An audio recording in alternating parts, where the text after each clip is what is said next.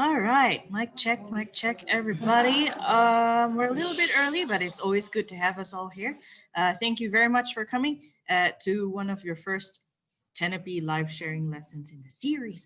This one's going to be themed. We're very excited about it, and we're going to focus on a couple of very important notes to make sure that you guys will be able to apply these well into your writing, maybe into your vocabulary. We'll have a look, okay? So welcome again to Tenepe Live Sharing. We have some other online programs as well. I can tell you about these after the class, okay? All right. How is everybody? Everybody okay? Still with me? Okay. All right. A couple of things to remember is that if you have any questions, please type them in the chat. Don't go quiet. Please do let me know if you have any other concerns. All right.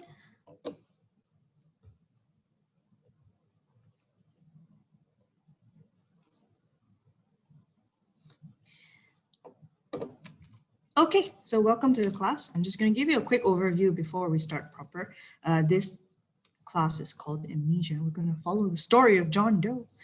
Today's lesson is going to be linking your character's personality to how they behave. Okay, all of the verbs involved in that too.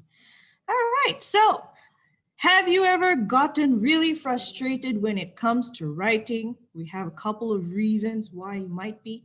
What are we learning? Why do we need to learn it? We will go through these in a bit. Now raise your hand if you have ever heard the following really frustrating things. Don't write said or went. Don't write said or went. Okay, that's usually how your teacher teaches you, right? The teacher tells you that your characters need to say something. The teacher tells you your character needs to go places. And yet when you write said and went, they circle it and they tell you this is not a good way to do these, right? They make you borrow a bunch of different verbs and then try and fill that in instead of said and went. Why do we do it, right? Have you ever heard this sentence? And if you have, please raise your hand. You're not showing a wide vocabulary. Link to number 1 as well, right? Why is said and went not good enough? You're not showing a wide vocabulary. How else should you say these things? Next one, some of you are probably familiar with this. You keep repeating the same words. All right, so if this is you and you're frustrated, don't worry, we're gonna tackle these in a bit, all right? What about the next one? Your writing lacks details. This is one of the most important things to go through as well, because if your story is detailed, it becomes more interesting, all right? So it's kind of like the difference between a nice sketch of the Mona Lisa versus like a stick man. The details really do matter. You will like one more than the other. So what counts as good writing? A lot of you will probably have encountered these misconceptions before. Have a look at the list and we'll try and figure out which ones are the most important. Is good writing just being cheap? Just being cheap. Some of you So you're saying, yeah, okay, the teacher asked me to use a wide vocabulary. They must mean that I should use bombastic words. Supercalifragilisticexpialidocious. All the longer, the better. Not quite. All right. I will say that some students like this, like this idea that if you pour in as many bombastic words as possible, you will get a higher mark. I tell you no, because number one, the word has to be applied well. Because if your story is chim, quote, quote, it is chim, but the phrases you use have not been applied in the right way, then we're going to have a problem, right? Oh, hi, Jing Tian, by the way. Okay, new student Jing Tian. If you have any questions, please type in the chat. All right, so things like applying the phrase wrongly, they're going to cost you more marks actually. You might as well have not used them at all. Although I will say that certain words that are more complex can tend to carry your detail a bit better. Okay, so it really is a question of, can I do this well? Can I not? Well, then how many of you think you can increase your grades by writing a longer story? Can I have a show of hands? How many of you think this? If my story is 5 pages long, I'm going to score an A star. How many of you think this? Just raise your hand. I want to see how many of you think this in your class or your teacher has told you that. Some of your teachers might have told you, oh my goodness, you need to write at least 3 pages of words. Elise asking me again, what is chim? Chim meaning they use complex words. Okay, so rather than saying a word such as teacher, I don't understand you, If you then use a very complex word to make it seem cheap, you might end up with something like this. Teacher, your thoughts are very half-formed and inchoate. Could you please communicate better? So that's going to be what we say cheap. Is it helpful? Probably not. All right. Well, go back to this question then. Is a long story going to score you better marks? How many of you think this? Raise your hands. All right, so okay, I'm so happy that it's only half the class. Okay, so a long story is not going to score you more marks if, for example, you've gone off topic, or if the long story does not, sort of develop the right points. Having said that, if your story is too short, if it's half a page, you probably want to think twice about submitting a half-page essay, correct? Right, and of course, the reason for that is if you send me a half-page essay, that might just mean that you didn't talk enough about all the important points. All right. Oh, a bunch of students have just joined us. Welcome. Okay. Next one. How many of you think that in order for your story to score well, you need to just make sure that all of the points are very clear? It is clear. Is this an important point? Raise your hand for me if you think so. So we have Jing Tian thinking that, Samantha thinking that. What else? Who else? Emma, Chongyik, Elise, Muching, and Jihan. Yes, absolutely. Natalie also raising her hand. Yeah, it has to be clear. So if your story is clear, I can imagine your story, then that helps me to really understand the point that you're coming across. This also shows me that you're able to master the language in order to put some clear ideas into my head. The next two are quite, we will have a look at them. It is logical. Do you think this is an important thing to have in your writing? How many of you think so? Or rather, I will lower all the hands now. Those of you who think that being logical is not important, raise your hands. Not important, raise your hands. Pay attention to what I just said. It's not important, raise your hands, being logical. Elias.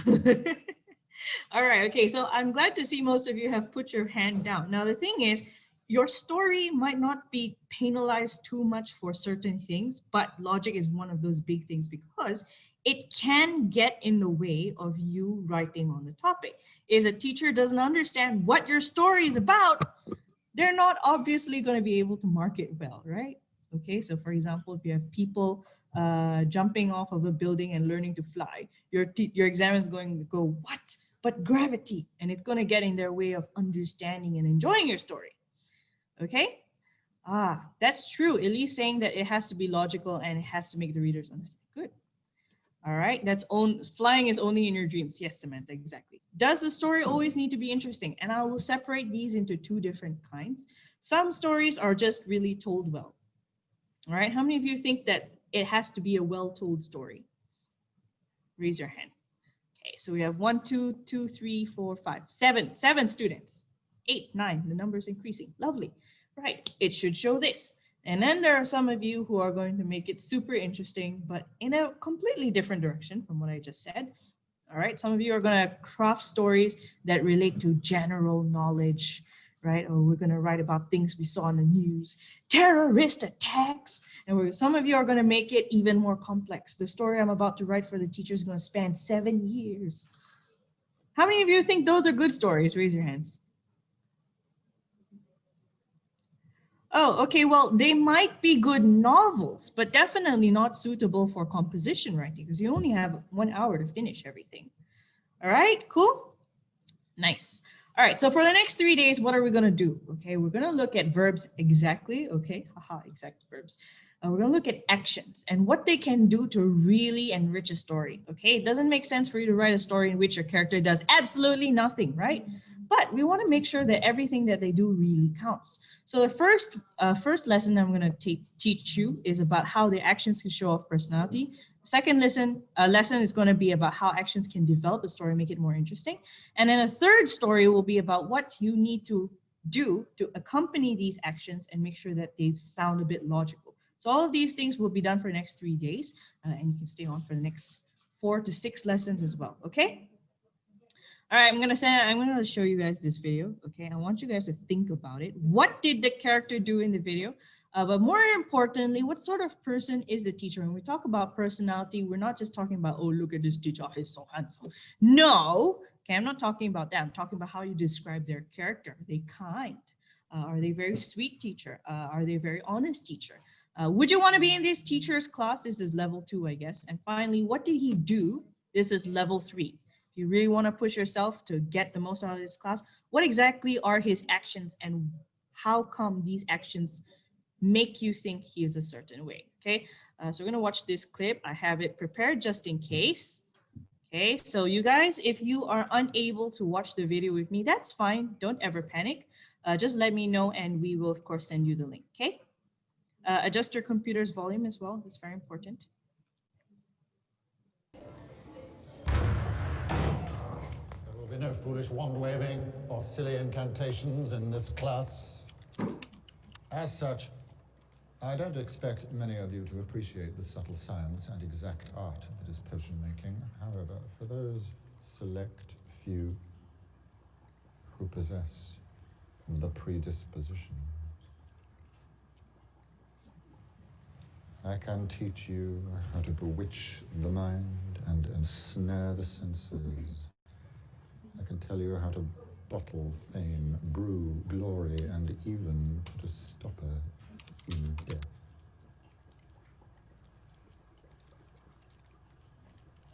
Then again, maybe some of you have come to Hogwarts in possession of abilities so formidable that you feel confident enough to not pay attention.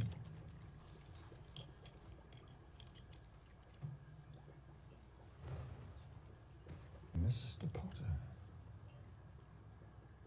our new celebrity. Tell me, what would I get if I added powdered root of asphodel to an infusion of wormwood?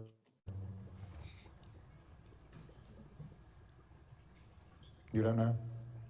Well, let's try again. Where, Mr. Potter, would you look if I asked you to find me a bezoar? I don't know, sir. And what is the difference between monkshood and wolfbane? I don't know, sir. Pity. Clearly, fame isn't everything, is it, Mr. Potter? Okay, so we're gonna stop there and we have a weird ad coming on, so let's just make sure that we don't actually watch that. We have some questions for the class.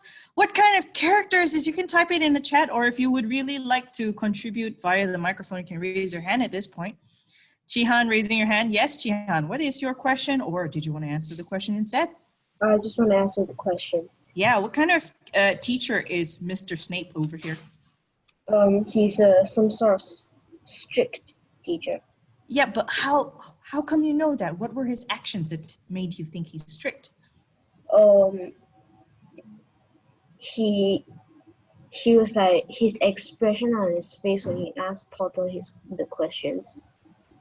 Yeah, some actions. He's not lovingly staring at Potter. He's glaring at him. Excuse me, pay attention. That's right, Jian. Thank you for that contribution. Bye. Bye. All right, who else would like to give me one more example before we move on? One more example?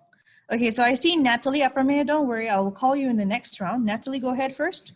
So, like Tihan said, Snape is really strict, and I also think he's quite monotonous in his voice because of the way he doesn't seem to even change tone unless he's scolding Harry. Like, Yes. not pay attention. Not pay attention. And Well he doesn't done. seem to like the students at all. Like, Oh he's yeah, how just do like, you why get the am I impression? here? He's like, why am I here? Can I What just like actions not show be you here? he doesn't like the students? He doesn't seem to actually be interested in the lesson at all. He's just like, okay, guys, blah, blah, blah. Yeah, probably. Thank you very much, Natalie. So his actions do speak louder than his words, probably. His very monotone words. Bye. All right, he does look so grumpy, says Elise. Okay, so the way you arrange your face, the way that you speak, the way that you walk, he just doesn't even gently open the door. He opens the door, flings it open, and swans into the classroom and doesn't talk to the smart students who know the answer. It's a little bit mean, a little bit strict. Okay, so you already get the sense that your actions can speak for your character. Let's go through the rest. If we have a lot of time, or if next week you guys are well behaved, we're gonna look at a second example. We're gonna look at a nice timid teacher. Aha, how do you know about it? How do the actions tell you? All right, so let's build our story together. because that's what we're here for. Let's say that John Doe woke up in a hospital and he hurt his head. He realizes he couldn't remember anything. Really interesting mystery. What happened to you? Why are you in the hospital? There are police guarding his door. What happened? Who's trying to kill you? All right, there are several people trying to visit. They can't come in, so they have to stand outside of his door. But why? We're not sure. Okay, so there's a newspaper by the bed. That's our first hint. Formula One crash. Top Formula One driver John Doe in life-threatening car crash. And the police suspect there's some possible sabotage happening. Oh my goodness. Who tried to sabotage John Doe? We probably need to think about it.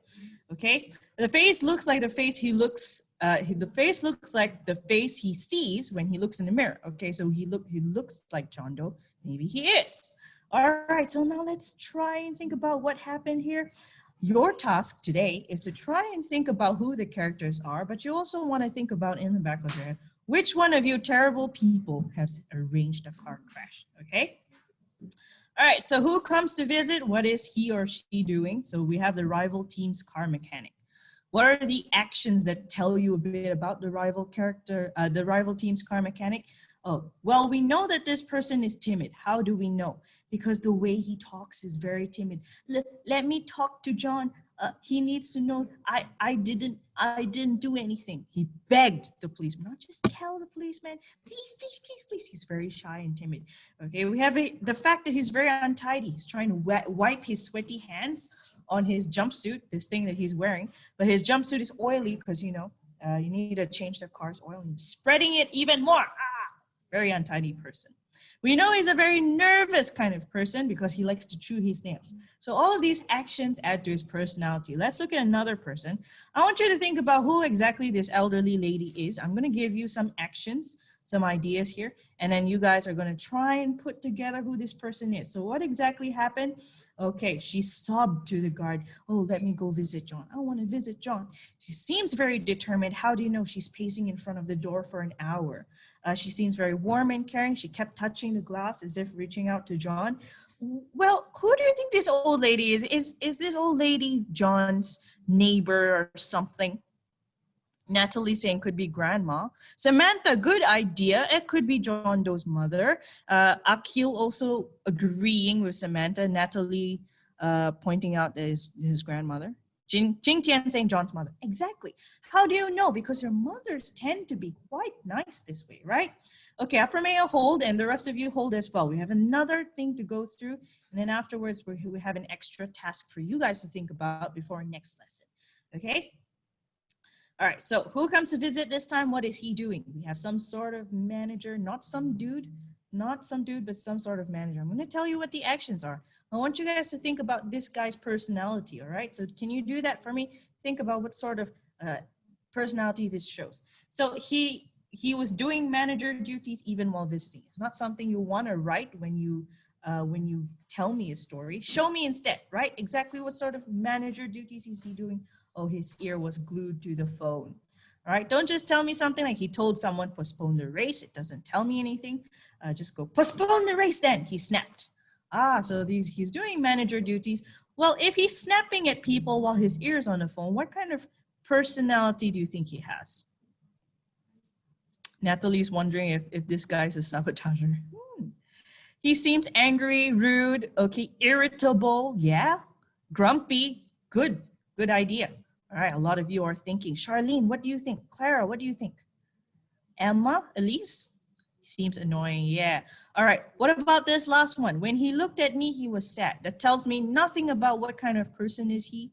All right, he gazed at me with a pitying expression. That tells you a little bit more exactly about the action itself, but what sort of character does he have? He seems annoying. Or what about, do you think that John Doe and his manager get along? How about that? Liz? Caring, Chihan is saying. Yeah, absolutely. Anybody has any other suggestions? He has a lot of sympathy towards each other. Yeah, okay. That could be it. Do you suspect him already? Okay, so we have this last thing for you guys to do. Okay, think about it.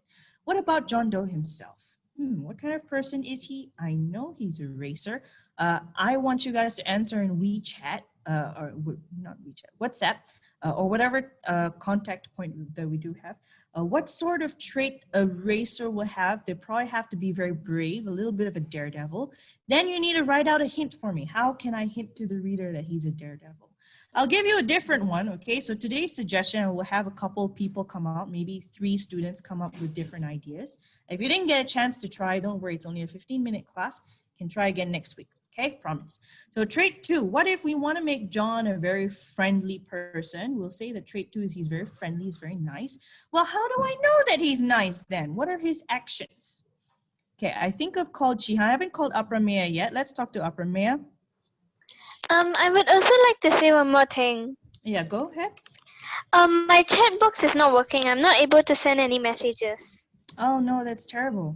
All right. That's why I was like raising and lowering my hand. Oh, I'm very sorry for not noticing that earlier. Okay, but let's say that John Doe is a very friendly guy. What sort of hints would you give the reader about his actions? He's a very amiable person with a heart of gold. He always helps the needy and the poor. Yeah, donating to people. Yeah, that's an action and it helps speak louder than his words. Lovely. I like that very much. Bye, Apramea. I need 2 more volunteers, please, before we move on to the other things. We see Samantha. Okay, Samantha, let's talk. Chihan, I think I've called you already. Have I? You can tell me if I didn't. Hi, Samantha. Hi. Yep. Okay, so how do I know he's friendly? Maybe like when he sees like even like someone he knows very well, like, or even a stranger, he'll be like very friendly and be like just like maybe it's his neighbor and he sees them in the lift, even though he don't really know them, he just like greet them. Okay, so he doesn't know them, but he will always what? Like greet them politely. Greet them politely. Okay, yeah, exactly. Will do. Bye, Samantha. Bye. See you in class later. Okay. One more person, please. Just one more person. I believe, Emma, you raised your hand. Emma, one more way to show friendliness. Last one. Hello. Maybe but must be friendliness. Mm-hmm. An action that shows he's a very friendly guy.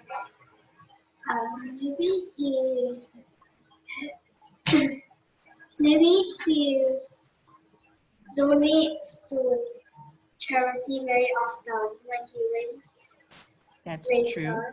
When he wins races, good. No, when he wins races and gets money, maybe he donates a lot to charity. The prize money goes to spending on charity. himself.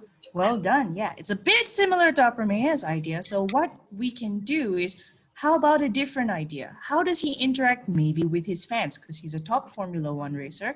How does he interact with his fans, you think? Maybe he surprises them. Surprises them how? I need an exact action.